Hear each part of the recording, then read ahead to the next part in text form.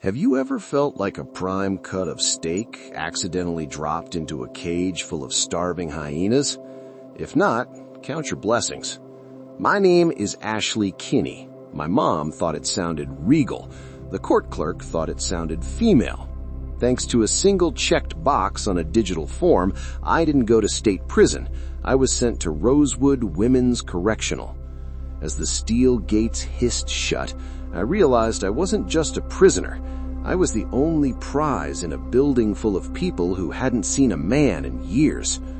I stood on the yard, 6'4" of oh hell no, wearing a jumpsuit that felt like a neon target. The silence lasted exactly 3 seconds. Then the roar hit me.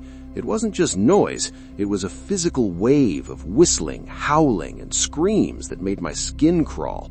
"Look at that chocolate king!" someone shrieked. A volleyball landed at my feet, but I didn't kick it back. I didn't even blink.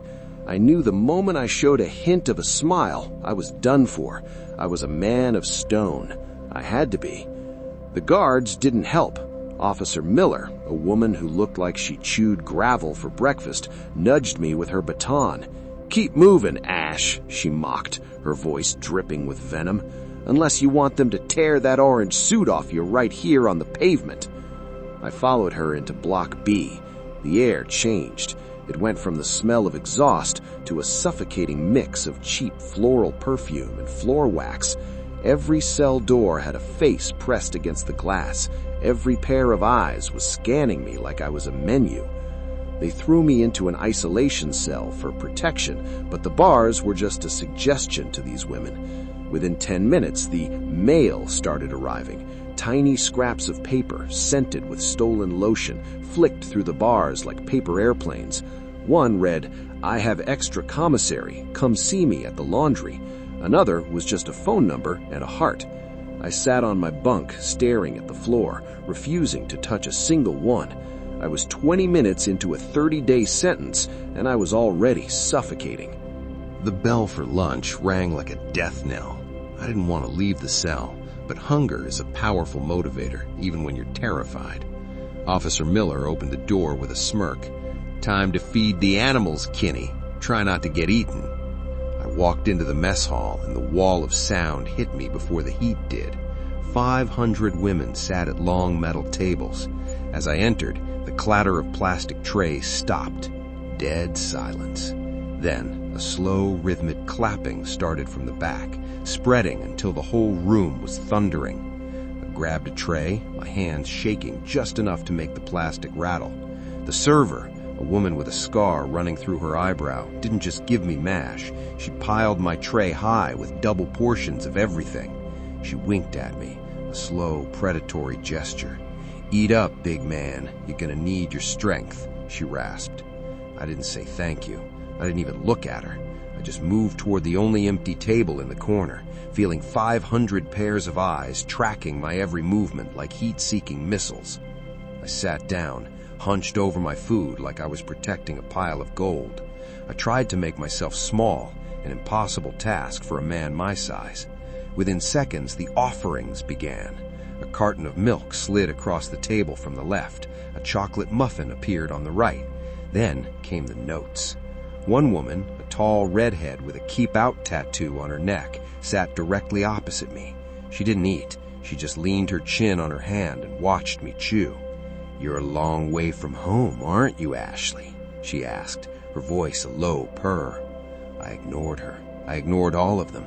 I focused on the gray, tasteless potatoes as if they were the most interesting thing in the world. Suddenly, a fight broke out 3 tables away. 2 women started screaming and clawing at each other. The guards rushed in, shouting for everyone to get on the floor. In the chaos, I felt a hand reach under the table and grab my knee. I jumped like I'd been electrocuted, knocking my tray over. Milk and gravy splashed across my orange suit. I stood up, backing away, my heart hammering against my ribs like a trapped bird. My job in Rosewood was laundry duty. Officer Miller probably thought it was hilarious, hauling heavy bags of sweaty, chemical-smelling uniforms. It also meant a chance to be away from the main blocks, away from the constant stares. I was wrong. The laundry room was a massive, humid cavern of industrial machines, steam, and the potent smell of bleach. And as soon as I walked in, I saw them. Not 500, but a dozen of the most determined women in the block, lounging on folded sheets, waiting. "Well, look what the cat dragged in," purred a woman named Diablo, her arms covered in intricate tattoos. She was built like a brick house and had a reputation for getting whatever she wanted. "Thought you could hide in here, sugar? We missed you at lunch." She stood up, slowly sauntering towards me. The other women chuckled. I grabbed a laundry bag, a massive canvas sack filled with damp uniforms, and used it as a human-sized shield. My heart was pounding, but I refused to show it. "Just trying to do my job," I mumbled, my voice rougher than I intended. Diablo laughed, a low, throaty sound that echoed in the cavernous room. "Your job, darling, your job in here is to be pretty, and trust me, you're doing a damn fine job." She reached out, running a finger along the top of the laundry bag. "Why are you so shy? We just want to get to know you." Another woman, smaller and quicker, darted behind me. Before I could react, she snatched my cap off my head. "Ooh, look at that head," she giggled, running her hand over my buzzed hair. I flinched, feeling a rush of heat to my scalp. "Give it back," I said, my voice barely a whisper. I wanted to scream, but the last thing I needed was to attract more attention. Diablo stepped closer, her face inches from mine. "Why, baby? You scared of us? You scared of what a real woman can do to you?" Her eyes dropped to my orange-clad chest, then lower. The air crackled with unspoken threats and desires. Just then, the door swung open and Officer Maddox stomped in, her face like thunder. "What in God's name is going on in here? Kinney, get your butt to those sorting tables. The rest of you, move it!" Night in Rosewood didn't bring peace. It just changed the frequency of the noise. The heavy steel doors slammed shut for lights out, but the darkness was alive. I sat on the edge of my bunk, the springs groaning under my weight. In the silence, I could hear the whispering. It started at the end of the block and traveled like a virus. "Ashley, Ashley." My name was a ghost drifting through the vents.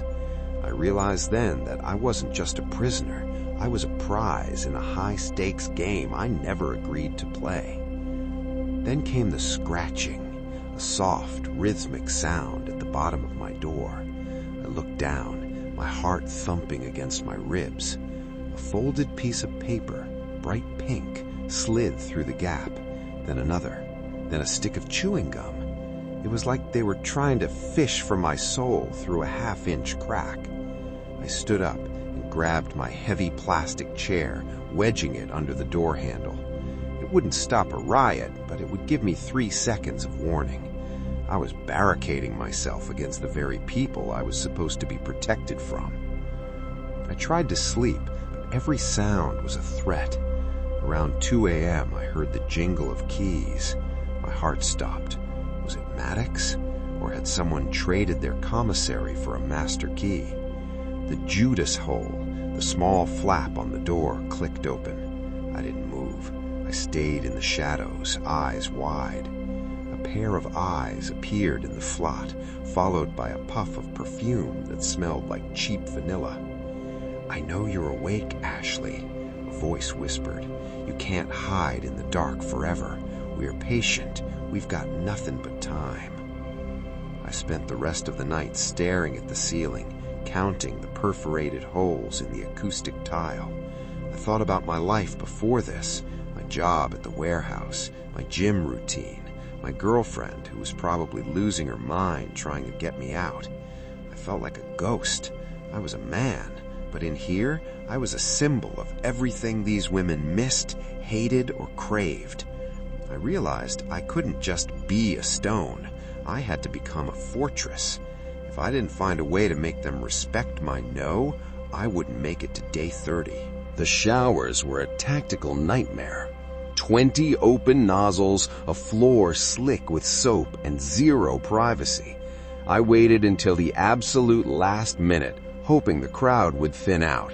When I finally walked in, the steam was so thick you could carve it with a knife. I kept my orange jumpsuit on until I was right at the stall, my heart drumming a frantic rhythm against my ribs. I had developed a fortress technique. I draped 3 towels over the piping to create a makeshift curtain. It was flimsy, but it was all I had between me and 100 prying eyes. I barely let the water touch me. I was scrubbing fast, my ears straining for the sound of footsteps over the roar of the pipes. Suddenly, the water pressure dropped. I froze. From behind my towel curtain, I heard the unmistakable sound of giggling. "Oops, did the hot water go out?" a voice chirped. It was Big Sal, a woman who ran the maintenance crew and stood 6 feet tall herself. I saw the shadow of her hand reach out and yank one of my towels away. "Don't be shy, Ash. We're all girls here, right? That's what your file says." "Get out!" I roared. My voice bounced off the tile walls like a physical blow. I didn't care about being invisible anymore. I grabbed the remaining towels and wrapped them around my waist, stepping out of the stall with a look of pure, unadulterated fury. Big Sal and 2 of her friends were standing there smirking, but their smiles faded when they saw the look in my eyes. I wasn't a prize anymore. I was a man who had been pushed to his breaking point. "I am not a toy. I am not a joke. Touch my stuff again and we'll see how fast the guards get here," I spat. The room went silent, save for the dripping of the faucets. I didn't wait for a reply. I grabbed my orange jumpsuit and dressed right there in the middle of the room, not giving them the satisfaction of seeing me hide. I realized that playing nice was getting me nowhere. In Rosewood, kindness was weakness. If I wanted to survive the next 25 days, I had to stop being the steak and start being the butcher. I walked out of the showers with my head high, leaving the steam and the whispers behind me. For the first time, the whistling didn't follow me. The word spread faster than a flu outbreak. I had stood up to Big Sal, and I hadn't blinked. Suddenly, the predatory catcalls turned into something else, a strange, eerie respect. As I walked the corridors, women stepped aside, nodding at me as if I were some kind of misplaced royalty. But I knew better.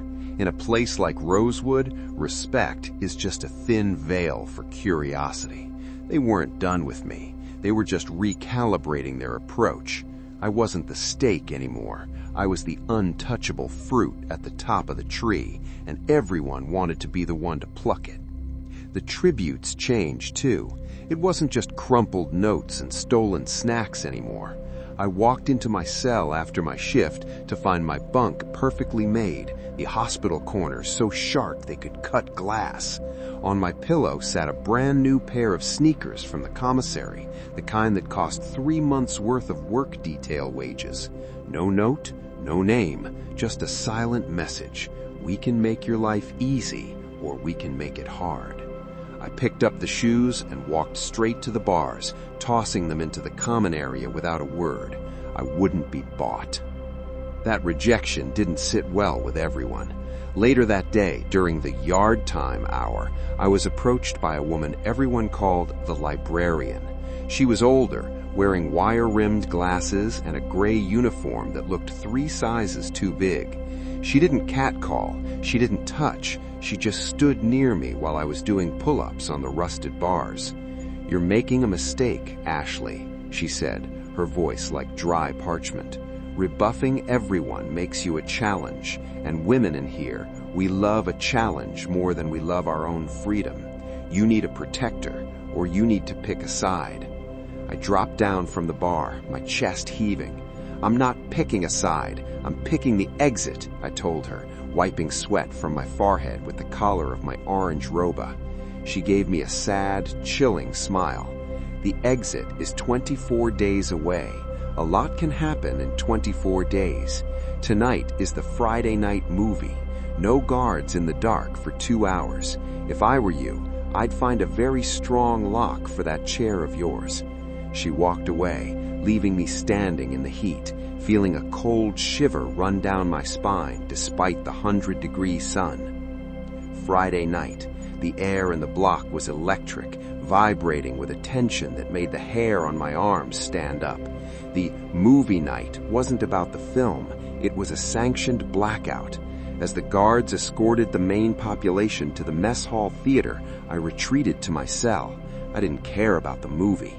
I jammed the chair under the handle, but I knew it was psychological armor at best.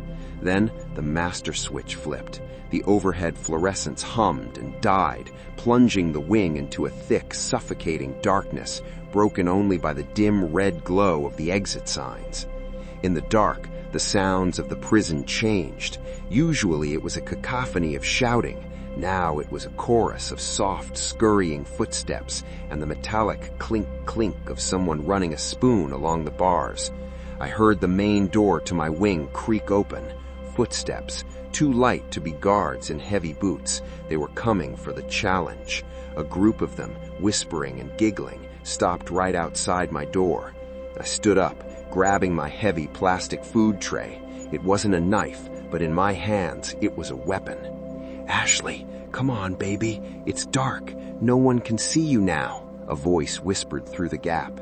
It was Stacy, but her voice didn't sound playful anymore. It sounded desperate. Then the door handle rattled hard. The chair groaned under the pressure. Someone was using a stolen shim to try and bypass the lock. "Leave me the hell alone!" I barked. My voice cracked the silence like a whip. I saw a hand reach through the bars, holding a small glowing lighter. For a second, her face was illuminated, eyes wide, pupils dilated. She wasn't looking at me like a person. She was looking at a trophy. The rattling stopped, but then I heard something worse, the sound of metal scraping against metal. They were trying to unscrew the hinges. I realized then that the librarian was right. By being the only one who said no, I had become the ultimate prize in their dark, bored world. I walked up to the door, ignoring the hands reaching for me. I slammed my fist against the steel plate with everything I had. Boom! The sound echoed like a cannon shot through the entire wing. The next person who touches this door doesn't get a no, they get a hospital bed. Try me. The blackout was the final straw. The administration finally realized that having a 6'4" man in a building full of women wasn't a clerical error, it was a ticking time bomb. The next morning, the warden herself showed up at my cell. She didn't look amused. "Kinney, your lawyer threatened to sue the state into the Stone Age. Your transfer is approved. You're leaving now." As I grabbed my few belongings, the news hit the blocks like lightning. The quiet respect turned into a frantic final desperation. This was their last chance to see the legend. The walk to the gate felt like a mile. I could hear them calling my name from the upper tiers, a chorus of 500 voices. Some were crying, some were cursing, but most were just watching in a strange, heavy silence. I reached the final gate, the Sally Port. Behind it sat a black SUV with my lawyer waiting. I stepped through the last set of bars and felt the first breath of real outside air. It didn't smell like bleach or cheap perfume. It smelled like wet pavement and freedom. As the SUV pulled away, I looked back at the razor wire of Rosewood. I saw the windows filled with gray uniforms, hundreds of hands pressed against the glass. I had survived 30 days of being the most wanted man on earth, and I hadn't broken once. I looked at my lawyer and said, "From now on, I'm changing my name to Robert." He laughed, but I wasn't joking. I went in as a mistake, lived as a trophy, and walked out as a man who knew exactly how much he was worth. The steak had left the building, and the lions were going back to their hunger.